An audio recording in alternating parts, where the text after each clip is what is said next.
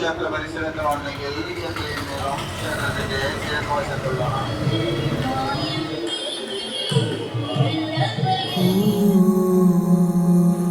പ്രതീക്ഷിക്കാത്ത സമയത്ത് വിചാരിക്കാത്ത നേരത്ത് വിചാരിക്കാത്ത ആളുടെ കൂടെ നടക്കുന്ന കല്യാണമാണ്. But I am excited. ഐശ്വര്യയെ പറ്റി പറയുകയാണെങ്കിൽ ആസ് എ പേഴ്സൺ ഐശ്വര്യ ഒരു കൈൻഡ് ഓഫ് ഇൻസ്പിറേഷൻ ആണ്. പറഞ്ഞോളൂ, പെണ്ണുകളെ വന്നിട്ട് പെണ്ണിനെ ഇഷ്ടപ്പെട്ടു, പക്ഷെ പെണ്ണിനെ ഇഷ്ടപ്പെട്ടില്ല. എനിക്ക് ഭയങ്കര ടെൻഷനായിരുന്നു. അത് ഭയങ്കര ടെൻഷനായിരുന്നു. ഭയങ്കര ജാടയായിട്ടൊക്കെ എനിക്ക് തോന്നി. പക്ഷെ അങ്ങനെയൊന്നും അല്ല കേട്ടോ, ശരിക്കും അങ്ങനെയൊന്നും അല്ല. പിന്നെ വന്ന് കണ്ടൊരു 8 ഡേയ്സിനുള്ളിൽ ഞങ്ങളുടെ എൻഗേജ്മെൻറ്റ് കഴിഞ്ഞു. അല്ല 8 അല്ല 9th ഡേയിൽ എൻഗേജ്മെൻറ്റ് കഴിഞ്ഞു. അതിനുശേഷം ഇപ്പം 7th മന്ത് കല്യാണം കിട്ടാൻ അവളൊരു പാവം കുട്ടിയാണ്. പക്ഷെ ഭയങ്കര ബഹളം വെച്ച് എല്ലായിടത്തും ഓടി ഓടി നടക്കും.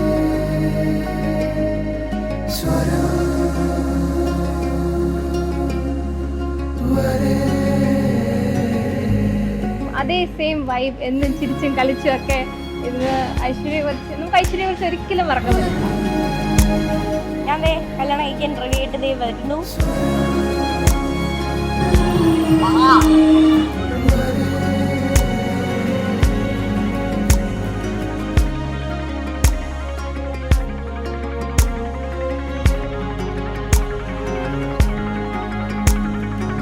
കല്യാണം കഴിച്ചിട്ട് വരട്ടെ.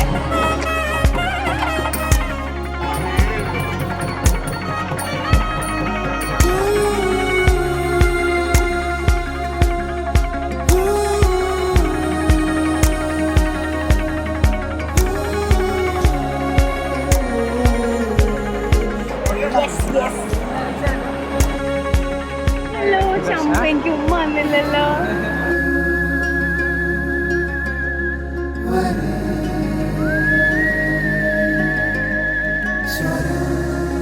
എന്തുവാണ് എന്നെ ഒന്ന് എടുക്കടാ. Happy happy.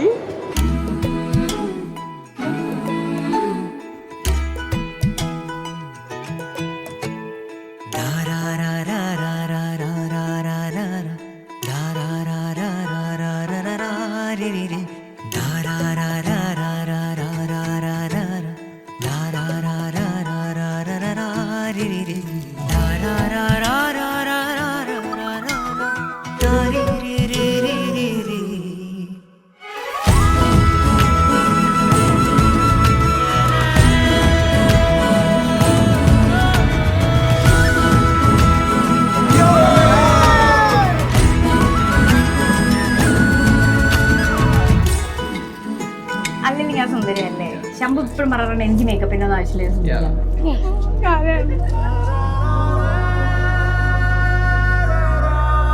ഒരുപാട് കാലം ഒരുമിച്ച് നന്നായി ജീവിക്കണം.